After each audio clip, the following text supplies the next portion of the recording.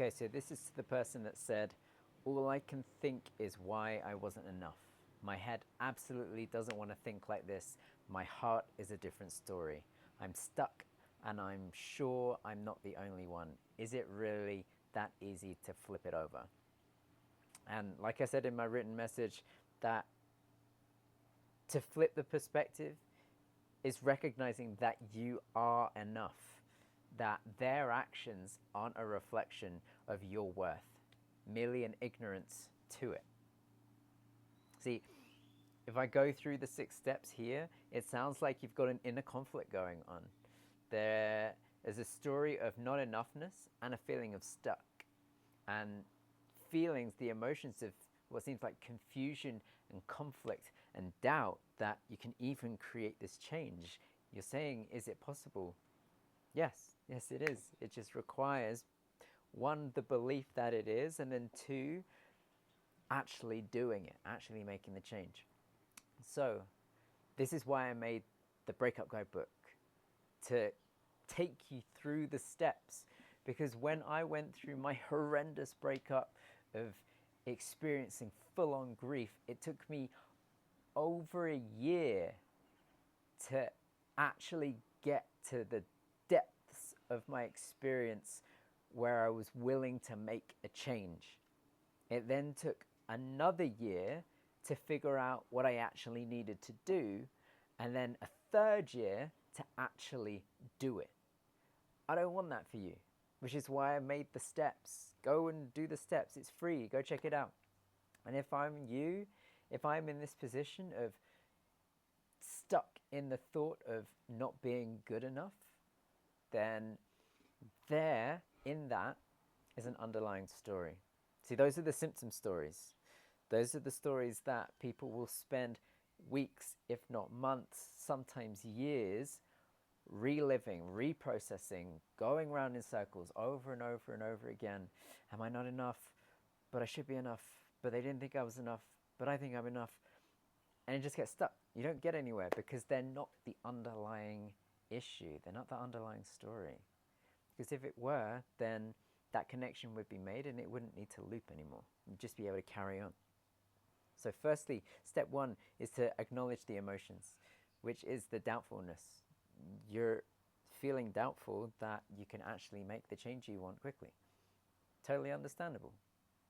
Because society tells us that it should take a long time. It's going to take a while, but you'll get there eventually. Why can't you get there right now? Because people don't know how to do it.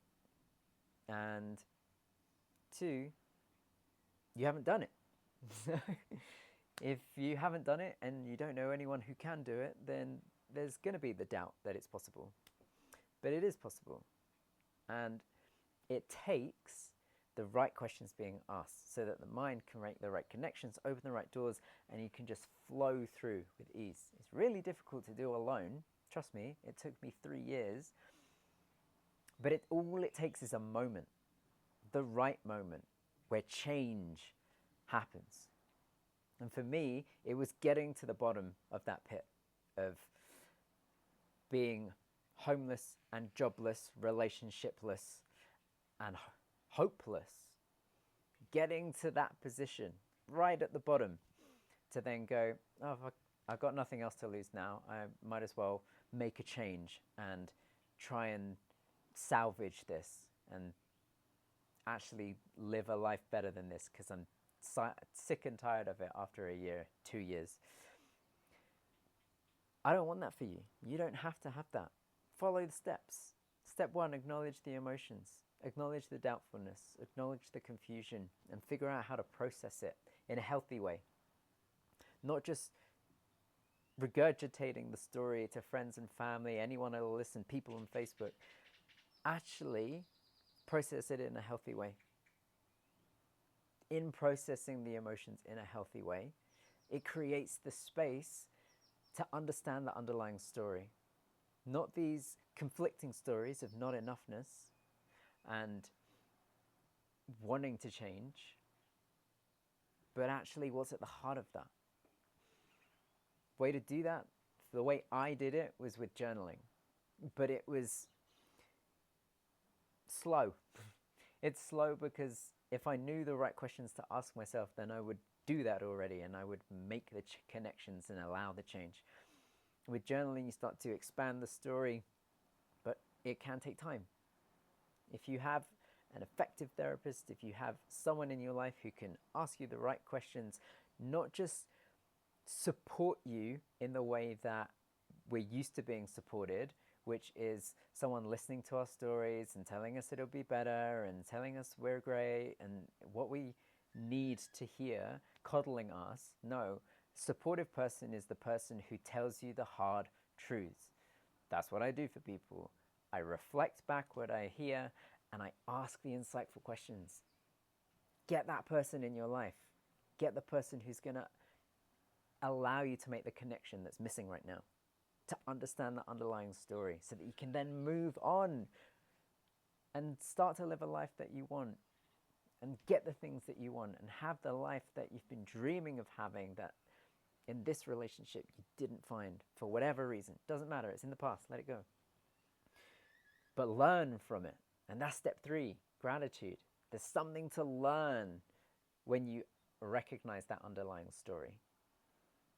It's taken me years to get there, but now I'm so grateful for the breakup that I had that put me at the bottom of my absolute worst, because it led me to where I am now. It took me a long time to get here because I didn't have any support and I didn't know how to move forwards. But I got there. And you can too. And I'm grateful that I am where I am now. And the only reason I am is because I went through the challenge that I did. I'm grateful for what I learned. It took me 3 years to integrate it. Doesn't have to take you 3 years. There are ways to do it quickly. As I said, you can flip it. It just requires having the skill set or someone available to you who can facilitate that for you. And then you can move on to step 4 to 6, creating who it is you want to be in an effective, healthy, flowing way. So I trust that that made sense to you and that was helpful for you. You can flip it. You are enough, and you can make the choice to prove that. Not to him, not to her, not to anyone else, not to them, but to you. Because you're the one that deserves it. You're the one that wants it. And if you really want it, and not like these people who say they want it, but they're not actually willing to put in the work to make the change, you can have it. But what it requires for most people, like it required for me, was getting to the bottom of the well, getting to my absolute worst before I was willing to take the risk to create that change. Don't make the mistake I did, because you don't have to.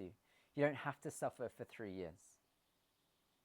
You've suffered enough already. If you're willing and ready to move on, then make that happen, because you absolutely 100% can. Good luck and stay strong.